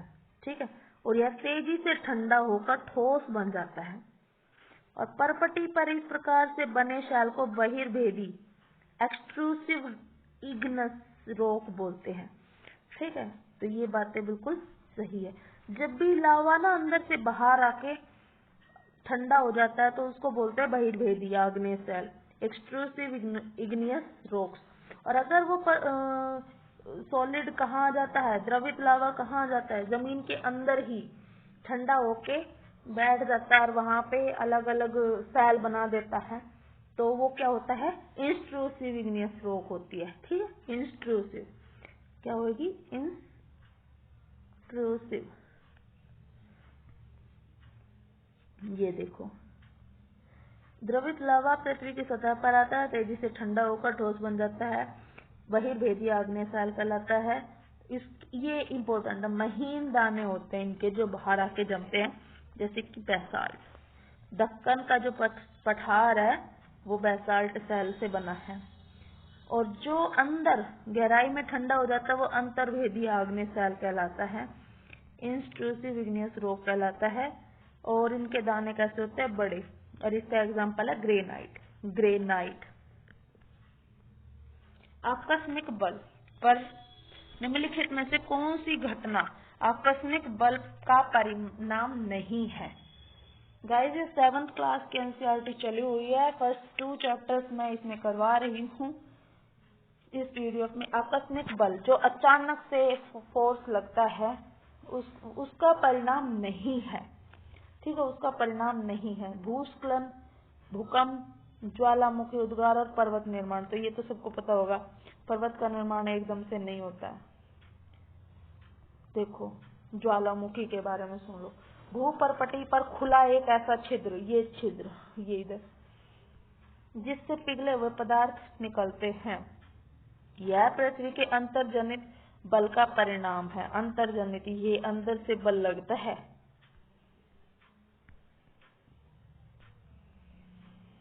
कौन सा सत्य नहीं है बताना है? नहीं। स्थलमंडलीय प्लेटों के गति करने पर पृथ्वी की सतह पर कंपन होता है। ये सत्य है। यह कंपन पृथ्वी के चारों ओर गति कर सकता है, जिसे भूकंप कहते हैं। भूपर्पटी के नीचे वह स्थान जहाँ कंपन होता है अधिकेंद्र कहलाता है। नो गाइस, यही गलत है, क्योंकि उसको कहते हैं फोकस। अधिकेंद्र तो वो होता है जहाँ पर भूकंप आता है, तो उसके हमारी स्थल मंडल के ऊपर का जो सेंटर होता है उसको अधिकेंद्र कहते हैं, स्थल के ऊपर। एंड अधिकेंद्र से दूरी बढ़ने के साथ भूकंप की तीव्रता धीरे धीरे कम होती है। हाँ, ये भी बात सही है। तो ये बात हमारा सी ऑप्शन ही सही हो जाएगा, हमारा आंसर हो जाएगा। देखिए, यहाँ आ गया। उद्गम केंद्र, वह स्थान जहाँ भूकंप होता है वह भूकंपी ऊर्जा का उद्गम केंद्र कहलाता है। फोकस कहलाता है, फोकस। ठीक है, फोकस।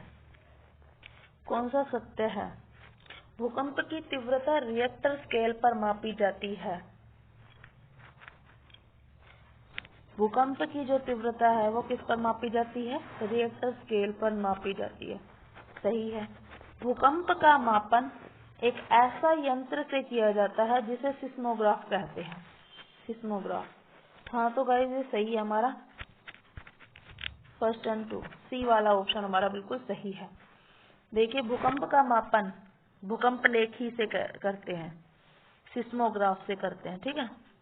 एंड भूकंप की तीव्रता रिएक्टर स्केल से मापी जाती है, ठीक।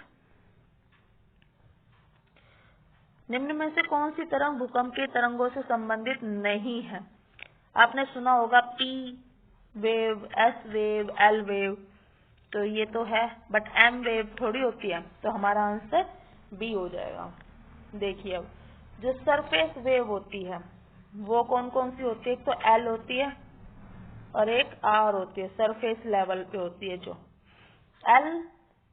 यहाँ से जो गाइस क्वेश्चन बनेगा, एल होता है, एल का मतलब लेटरल, और यहाँ से क्वेश्चन क्या होता है कि सबसे ज्यादा मोस्ट डिस्ट्रक्टिव कौन सी वेव्स होती है? एल, ठीक है। और बॉडी वेव्स मेन तो दो हो गए, surface wave and body wave.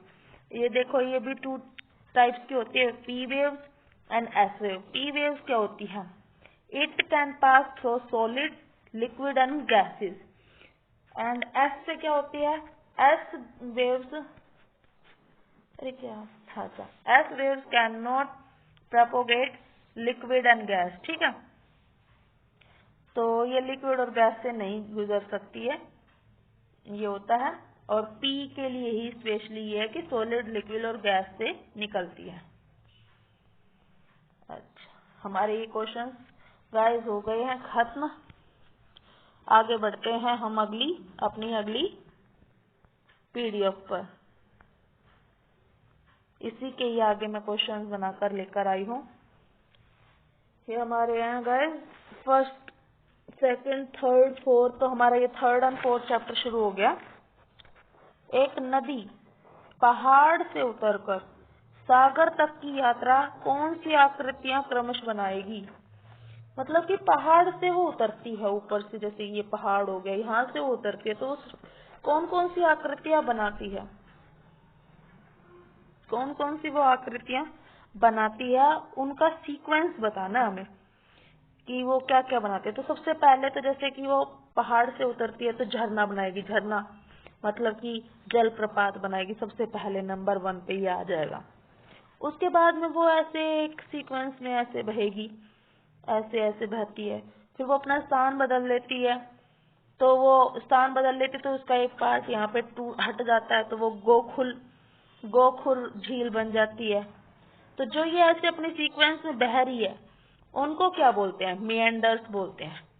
तो 2 पे ये हो जाएगा, थर्ड पे ये एंड फोर्थ पे ये, क्योंकि जब वो कहीं पर भी गिरेगी, डिस्ट्रीब्यूटरी क्या होती है, इसमें आके और नदियां मिलती है, तो वो होती है डिस्ट्रीब्यूटरी, इसकी डिस्ट्रीब्यूटरी इसको जो पानी देती है। तो क्या क्या आएगा? 2 first, second, first, third and fourth, तो हमारा C option will be correct. देखिए ये देखिए मैं लेके आई हुई सारा, बाद में पीडीएफ में आप पढ़ लेना, ठीक है। ये गोखुल हो गया, ये लूप बन गया, ये अब हो गई डिस्ट्रीब्यूट, ये अलग अलग हिस्सों में बढ़ जाती है। स्टैक, अब ये आ गया स्टैक। स्टैक का निर्माण होता है, गाइस सागरों द्वारा, इसके लिए भी मैं लेके आई हूँ स्टैक्स। देखिए अब तक तो हमने रिवर का पढ़ा था 3-4 पॉइंट। अब समुद्र क्या क्या बनाता है? समुद्र बनाता है तो सी केव, जिससे पानी बार बार चट्टान के टकराता है, तो क्या होता है, वो चट्टान थोड़ी सी टूट जाती है और थोड़ी अंदर तक पानी चला जाता है, तो वो केव बन जाती है, केव। फिर अगर वो चट्टान थोड़ी पतली होती है तो पानी आर पार भी चला जाता है बार बार टक्कर मार के, तो वो क्या बनता है? सी आर्क बन जाता है। और अगर ज्यादा ही पानी ज्यादा मारता रहेगा चट्टान को, तो चट्टान 2 पार्ट्स में डिवाइड हो जाएगा और सिर्फ एक ऐसे खंबा रह जाएगा, वो होता है स्टैक, ठीक है। ये मैंने आपको आसानी से बता, देखो ये होगी केव, अंदर तक, थोड़ा अंदर तक आप जा सकते हो, ऊपर वापस आएंगे क्योंकि आगे के बहुत बड़े बड़े चट्टान इनसे टूटती नहीं है पानी से। और ये इधर सी आर्क बन गया, आर पार बन गया ना, बिल्कुल ये आर्क बन गया। और ये हो गया एक स्टैग बन गया, कुछ भी नहीं रहा इसके आसपास, इधर सब जल ने वो कर दिया, तो ये स्टैग बन गया। ठीक है, अब आ जाते हैं हम, निम्न में से कौन सी आकृतियां पवनों से नहीं है, पवनों से नहीं है। तो जो पवनों से नहीं है वो होती है गाइस मोरेन। मशरूम, रॉक, टिब्बा, लोएस, ये सब पवन बनाती है। देखिए ये आ गए ना इधर, ये लिखा हुआ है, an active agent of erosion and deposition in the desert is wind. Wind ही बनाती है। क्या क्या बनाती है? ये मशरूम के जैसी होती है रॉक, जैसे एक पूरा टिब्बा होता है ऐसे, तो हवा चलती है इधर इधर इधर, तो ऊपर से तो नहीं बट नीचे से करती है, तो वो ऐसे कुछ रह जाता है, वो इधर की हवा यहाँ से काटती जाती है, तो वो मशरूम टाइप की बन जाती है। ठीक है, एक जैसे कि ये सबसे बड़ा है, देखो, large deposit of loses is found in China, मतलब कि सबसे बड़ा एरिया है वो लोएस है। लोएस, लोएस का पठार कहाँ है? वो चाइना में। ये क्वेश्चन बनता है। ठीक है, आगे बढ़ते हैं हम। हाँ ये गाइस, हाँ ये आइस वाला और देख लेते हैं। आइस में क्या क्या बनती है? आइस में बनती है मोरेन, मतलब कि गड्ढे, गड्ढे गड्ढे बनते हैं, गड्ढे ज्यादा बड़े बड़े। ये नदियों में भी बनते हैं गड्ढे, बट समुद्र में ज्यादा बड़े बड़े हो जाते हैं। तो ये बाद में सुनते नहीं हो आप कि डल झील है, और भी झील होती है, ये बहुत ज्यादा झील होती है। ये कैसे बनती है? इसी से बनती है, मोरेन को बोलते हैं। These deposits form glacier moraines। ठीक है, आप इनको पढ़ लेना। आगे, कार्बन डाइऑक्साइड को ग्रीन हाउस गैस भी कहते हैं। कार्बन डाइऑक्साइड को ग्रीन हाउस गैस भी कहते हैं। तो यह वायुमंडल में फैल रही पृथ्वी से विकिरित ऊष्मा को पृथ्वी पर रोककर ग्रीन हाउस प्रभाव पैदा करती है। हाँ गाइस, ये बिल्कुल सही है हमारा। ये हो जाएगा A and B true, and B is the reason of A. अगर ना कार्बन डाइऑक्साइड नहीं हुई, कार्बन डाइऑक्साइड नहीं होती है, तो क्या होगा? हमारा जीवन भी नहीं होता है। वैसे कार्बन डाइऑक्साइड पौधे लेते हैं, पौधे अपना खाना बनाते हैं उससे, बट हमारा जीवन इसी ऐसे ही नहीं होगा। देखो, सूर्य से हमें जो गर्मी आती है ना, उसे आगपन या इंसोलेशन कहते हैं। एंड जो सोलर से जो रेडिएशन आती है, उनको ये रोक लेती है। एंड CO2 जो कार्बन डाइऑक्साइड होती है, वो कुछ गर्मी को रोक भी लेती है। ठीक, जिससे कि हमारी पृथ्वी ना बिल्कुल ठंडी नहीं हो पाती है पूरी तरह से। पौधों को अपने जीवन के लिए नाइट्रोजन की आवश्यकता होती है। वे सीधे वायु से नाइट्रोजन लेकर उसका इस्तेमाल अपनी वृद्धि के लिए करते हैं। ये गलत है, ये सही। सीधे नहीं लेते हैं। कैसे लेते हैं? जीवाणु या मृदा से लेते हैं। और वो जीवाणु कौन सा होता है जिससे पेड़ वो लेते हैं नाइट्रोजन? वो होता है राइजोबियम।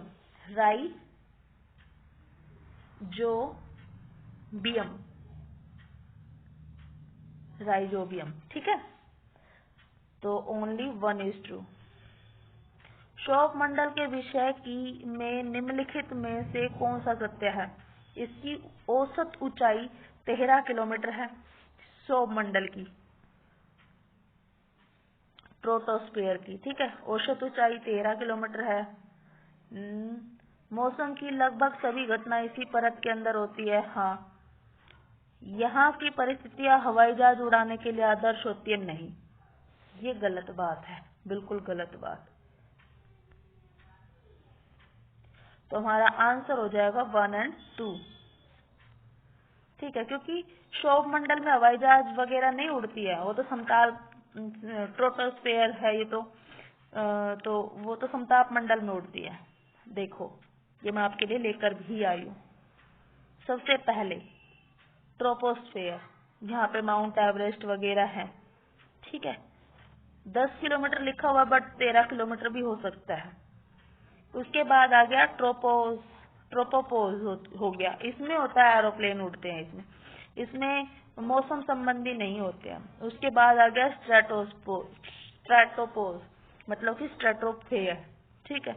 उसके बाद मीजोस्फेयर, ये जो उल्का पिंड यहाँ पे आके जल जाती है उल्का पिंड, मीजोफेज। फिर आखिरी में आ गया एक्सोफेज, ठीक है।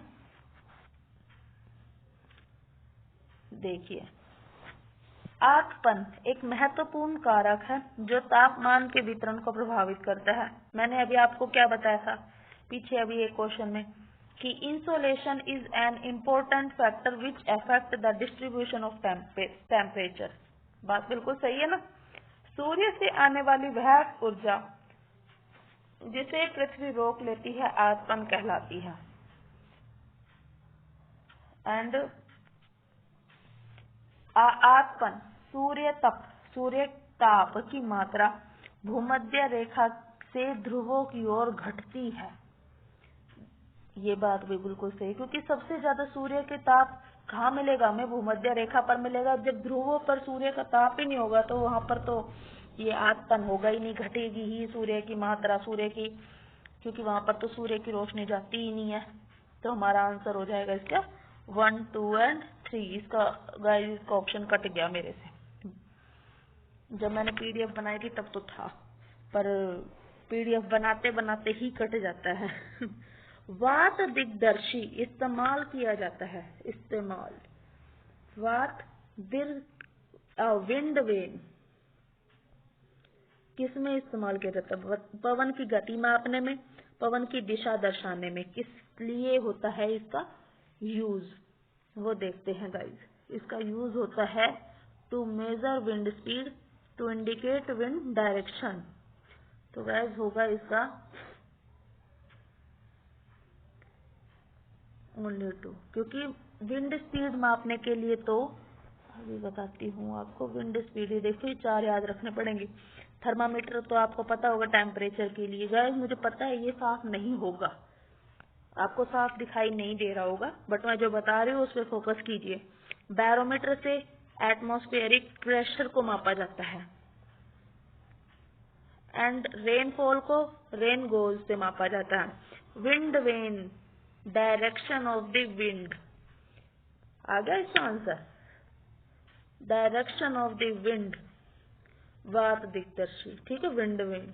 एक और चीज इसमें आप याद कर सकते हो, इसमें आप याद कर सकते हो एनीमोमीटर।